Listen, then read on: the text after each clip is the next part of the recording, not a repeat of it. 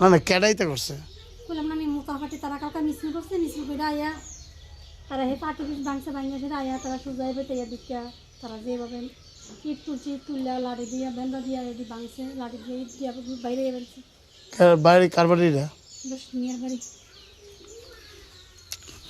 ঘটনা বলতে আমরা এডিসি নির্বাচন গেছে কালকে ফল ঘোষণা হয়েছে, তা হার জিত তো থাকে। তো এডিসিতে আমার বাড়ি এডিসিতে 11 মহারানী তেলিয়ামুড়া কেন্দ্র, বুথ নাম্বার হচ্ছে 26।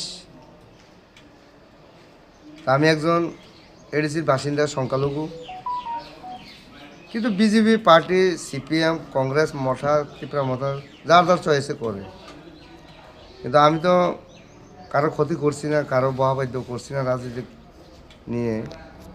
হ্যাঁ, আমি বিজেপিকে সাপোর্ট করি, ঠিক আছে।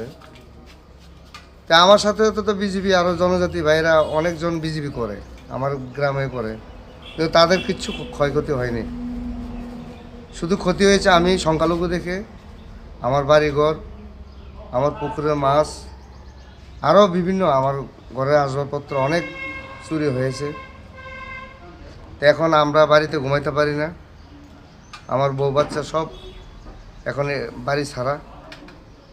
তা আমি এটা আহ্বান করব, ত্রিপুরা মথারা এসেছেন এডিসি সরকারে, ভালো কথা, যাহাতে আমাদের যে সংখ্যালঘু যে আছে ত্রিপুরা রাজ্যে বিভিন্ন জায়গাতে সংখ্যালঘুরা এডিসিতে অনেক ক্ষতিগ্রস্ত হচ্ছে।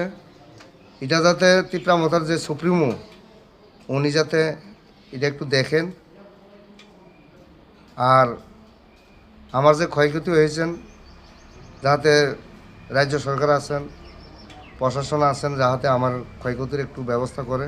আমি তো এখন ঘুমানোর কিচ্ছু নাই আমার ঘরে, বউ বাচ্চা লইয়ে কই যাবো এখন, আমি এটাই চিন্তা করতেছি। এখন আপনি আশ্রয় করে নিয়েছেন? এখন আশ্রয় ওই তো আমাদের শিবিরে, এই রেস্ট হাউসে জারিলংপাড়া। এখানে কতজন আছেন? এখানে আছে আরও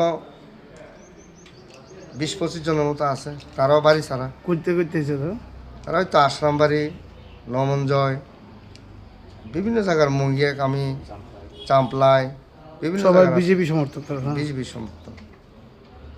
আপনার নাম? আমার নাম রশিদ মিয়া। আপনার বিজেপি মানে কি পদে আছে? বিজেপি আমি মাইনরিটি মোর্চার খোয়াই ডিস্ট্রিক্ট সভাপতি।